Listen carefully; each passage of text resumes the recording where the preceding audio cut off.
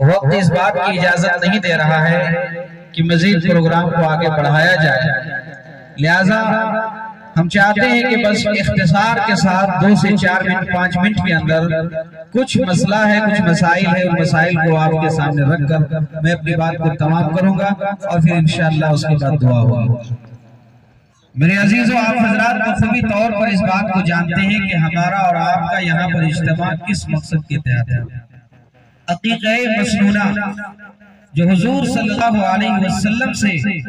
چلتا ہوا آ رہا ہے اور نبی پاک علیہ السلام کی سنت ہے، اسی سنت کو زندہ اور تابندہ کرنے کے لیے ہمارے جناب مظاہر صاحب نے یہ اہتمام کیا اور آپ تمامی حضرات کو مدعو کیا۔ میرے عزیزو، آئیے ہم جانتے ہیں کہ عقیقہ ہے کیا۔ سب سے پہلی غلط فہمی ہمارے درمیان یہ ہے کہ ہم لوگ حقیقہ کہتے ہیں، ہاں کے ساتھ حقیقہ، دراصل یہ غلط ہے۔ اس کو ہمیں اور آپ کو جو ہے اس کے اندر اصلاح کی ضرورت ہے۔ یہ حقیقہ نہیں، عقیقہ عین کے ساتھ عقیقہ ہوتا ہے، اور لغت کے اندر عقہ یا عقو عقن کے معنی آتے ہیں کاٹنا، گوشت کو کاٹنے کا لفظ جو استعمال کیا گیا عربی ادب کے اندر، وہ عقہ یا عقو گوشت کاٹنے کا نام ہے۔ اور شرعی اصطلاح میں کہتے ہیں کسی نو مولود بچہ، نئے بچے کی پیدائش کے 7ویں دن جو اگر لڑکا ہو تو لڑکا کی طرف سے 2 بکرا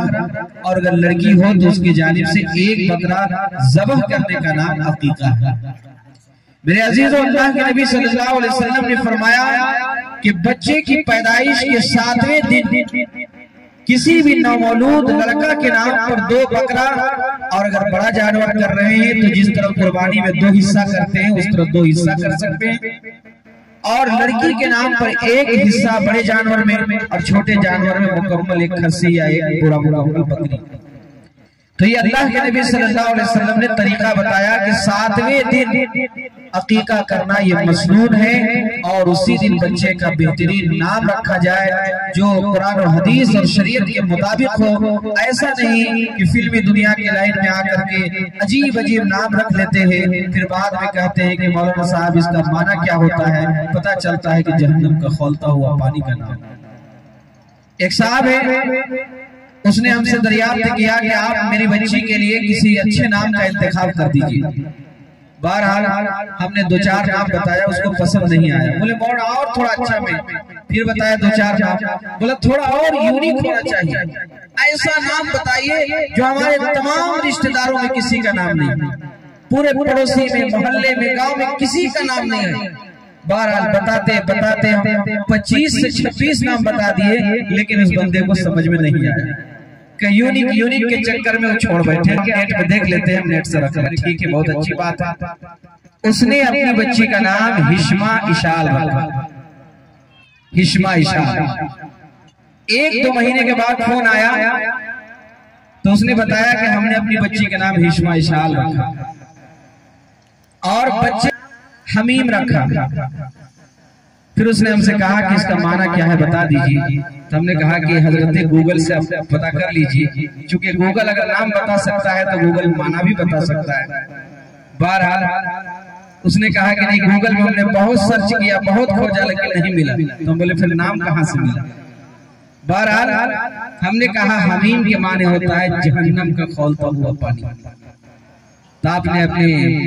اپنی بچے کے نام جو ہے جہنم کا کھولتا ہوا پانی رکھ لیا ہے۔ اب آپ کو احساس ہو رہا ہے کہ اس کا معنی کیا ہے۔ بہرحال میرے عزیزو، یہ جلد بازی کے چکر میں یا اوور کانفیڈنس کے چکر میں ہم اور آپ جو ہے غلط نام کا انتخاب کر لیتے ہیں۔ آپ کو معلوم ہے کہ اگر بچے کا نام اچھا رکھیں گے تو اس کے اثرات بھی اچھے ہوں گے، اور اگر اس کا برا نام رکھیں گے تو اس کے اثرات بھی برے ہوں گے۔ لہٰذا ہمیں اور آپ کو چاہیے کہ بچے کا اچھے سے اچھے نام رکھا جائے، علماء سے رجوع کر کے قرآن و حدیث کی روشنی میں اس کا نام رکھا جائے تاکہ بچے کا اس پر مثبت اثر ہو سکے۔ میرے عزیزوں، چونکہ 7ویں دن میں عقیقہ کرنا یہ سنت ہے، اگر کوئی آدمی 7ویں دن نہ کر سکے تو 14ویں دن کے اندر کر لے، اگر 14ویں دن بھی نہ کر سکے تو کم از کم 21ویں دن کے اندر کر لے، اور اگر کسی وجہ سے 21واں دن میں بھی نہ کر سکے تو پھر زندگی میں جب موقع ملے، جب میسر ہو، پوری زندگی میں کبھی نہ کبھی اللہ کے نبی کے اس سنت کو زندہ کر دے۔ یہ ہمارے نبی صلی اللہ علیہ وسلم کا طریقہ رہا ہے۔ آپ نے حضرت حسن اور حسین جو آپ کے نواسا تھے،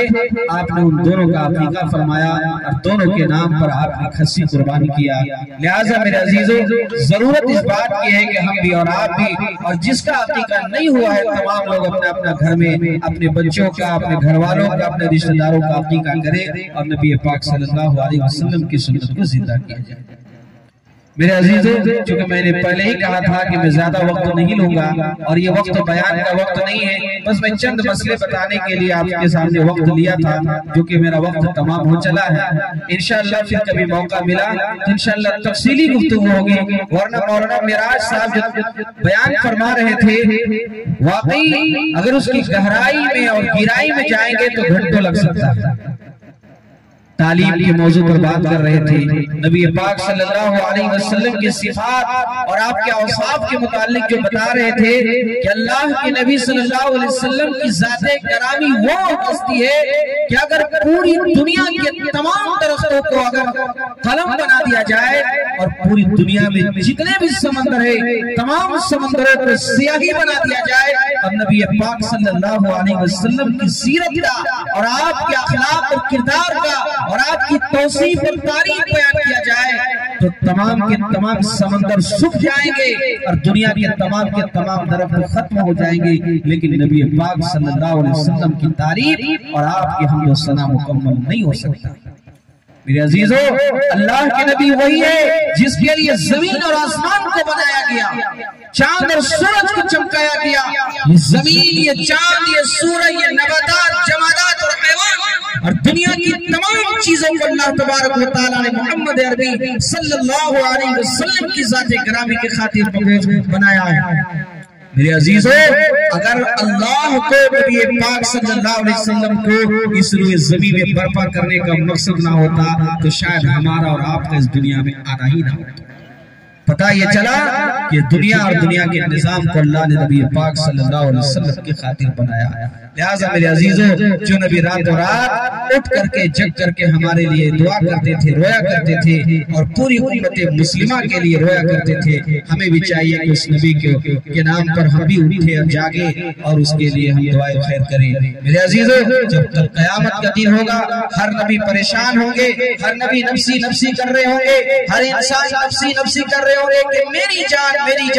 میرا آج کیا معاملہ ہوگا، میرے ساتھ کیا معاملہ ہوگا۔ میرے عزیزوں، اس وقت ایک ہستی ایسی ہوگی جو کہہ رہے ہوں گے یا امتی یا امتی، کہ میری امت کا کیا ہوگا۔ ہر انسان اپنے چکر میں پڑا رہے گا کہ میرا کیا ہوگا، اور ایک ہستی ایسی ہوگی جو یہ کہہ رہی ہوگی کہ میری امت کا کیا ہوگا، اور وہ کوئی اور نہیں، ہم سب کے آقا، ہم سب کے بڑے جناب آقا محمد رسول اللہ صلی اللہ علیہ وسلم کی ذات گرامی ہوگی۔ اللہ کے نبی صلی اللہ علیہ وسلم اس وقت تک سجدہ سے سر نہیں اٹھائیں گے جب تک اپنے ایک ایک امتی کو بخشوا نہیں دیں گے اور جنت الفردوس میں داخل کرا نہیں دیں گے، تب تک وہ اپنے سر کو سجدہ سے نہیں اٹھائیں گے۔ میرے عزیزوں، اس نبی نے ہمارے لیے کیا کیا قربانی کی۔ ہم جب نبی کا نام لیتے ہیں تو لوگ جھوم جاتے ہیں، نبی کا نام لیتے ہی لوگ جھوم جاتے ہیں اور نبی کا نام سنتے ہی لوگ جھوم جاتے ہیں۔ بس میں انہی چند کلمات کے ساتھ اپنی بات کو تمام کرتا ہوں۔ انشاءاللہ پھر کبھی موقع ملا تو تفصیلی گفتگو اور بستار سے باتیں ہوں گی انشاءاللہ۔ بس میں انہی چند کلمات کے ساتھ میں اپنی بات کو